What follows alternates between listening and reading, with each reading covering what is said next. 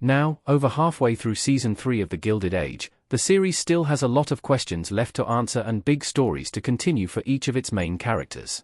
Specifically, in a show full of glamorous events, The Gilded Age Season 3, Episode 4's wedding was one of the most lavish, but it also set up a lot of trouble for many of those involved. After Gladys Russell's unhappy marriage to Hector, Duke of Buckingham, Episode 5 dives right into their married life and the fallout the marriage had on her family specifically. While Bertha and George Russell are facing more turmoil than ever, Larry Russell is looking forward to new business and love, as are Peggy Scott and Marion Brooke. Lady Sarah is already causing problems in Gladys and the Duke's marriage. The noblewoman looks down on Gladys Russell. Gladys Russell and Hector, Duke of Buckingham, were just married at the end of The Gilded Age Season 3, Episode 4, but just one episode later, their relationship is unsurprisingly off to a rocky start. The historic Sidmouth Castle is more than the Duke's sister, Lady Sarah, feels that Gladys can handle, and she has made that known. From their arrival at the Duke's ancestral home, Lady Sarah has embarrassed and belittled Gladys every chance she has gotten. From telling her off in front of guests to commanding the Duke's attention, Lady Sarah clearly has the authority at Sidmouth Castle, but this poses a huge problem since Gladys is now the lady of the house. Something seemed off about Lady Sarah in Episode 4, and this continued into Episode 5 with the reveal that it was her plan for Hector to marry a rich American. Lady Sarah and the Duke need Gladys' money but don't actually want her present, so Gladys needs to learn to assert herself to succeed in England in the coming episodes. Marion and Larry are now engaged. Only some family members are happy about their news. Gladys and the Duke's marriage is already a huge deal for the Russell family, but their family's story this season just got even more dramatic with Larry Russell and Marion Brooke's new engagement. After waiting months to fully confirm their feelings for one another, the pair are finally engaged, but not everyone is thrilled. After Larry and Marion officially get engaged, they quickly tell both their families, but both Marion's aunt, Agnes Van Ridgen, and Larry's mother, Bertha Russell, don't seem happy. The two women both feel like they have been left out of the loop, meaning their feelings may have more to do with their own insecurities, even beyond the judgment that the pair are already facing from their family members. Marion and Larry's relationship does not feel set in stone yet. The episode sees George Russell asking Larry to go to Arizona on business, halting the pair's arrangements and leaving time for the Gilded Age to throw in a curveball. Why George Russell is raising the stakes in his business.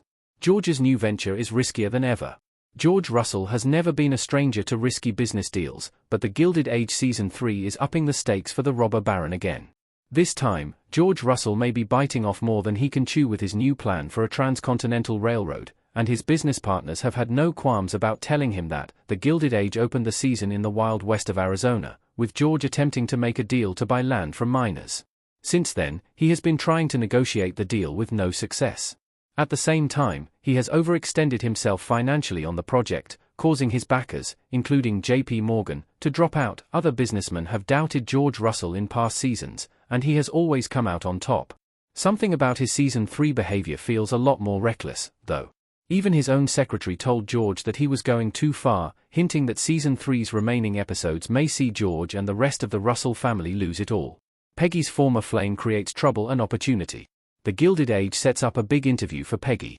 A lot has changed for Peggy Scott in The Gilded Age Season 3, but Episode 5 introduced a reminder of her Season 2 plot. Peggy has gotten ill and recovered, giving her a new love interest in Dr. William Kirkland. While the pair already face some trouble from his mother, Episode 5 showed that her past could cause trouble too. While attending a baseball game with William, Peggy encounters T. Thomas Fortune, her old boss from the Globe. Last season, Peggy made the decision to quit after sharing a kiss with the married man, saying that she wanted to focus on her novel. Now it seems that Mr. Fortune did not get that message clear enough. Peggy accepts his offer to interview Frances Ellen Watkins Harper, but when she arrives at the train station he is there too. Both Peggy and William make it clear that Mr. Fortune is not wanted there, and he seemingly leaves them alone. This creates a very uncomfortable situation for Peggy, despite the huge opportunity for her to interview the suffragist. The Gilded Age Season 3, Episode 5 sets up a big dilemma for Mrs. Aestia. Society is changing faster than she can keep up with. Across its 3 seasons, The Gilded Age has done a great job of exploring how the power structure in New York shifted greatly during that time. Old money had always reigned supreme, but The Gilded Age saw that changing with the rise of the new money class. At the same time, this also meant that social norms were changing too. The Gilded Age Season 3 has explored that in a big way, thanks to its theme of divorce. Even society's ruler, Mrs. Aestia, is no longer immune to this change as she is now facing pressure from multiple sides to change her views on shunning divorcees. The newspapers have churned up gossip about her own daughter, Charlotte, and her affair. This comes simultaneously with Aurora Fane's exile over her split too. As Mamie Fish points out, if Mrs. Aestia shuns Aurora Fane, she will have to do the same to her own daughter. To avoid an even bigger scandal, Mrs. Aestia may be forced to change her views, leading to a bigger shift in the Gilded Age's conversation about divorce.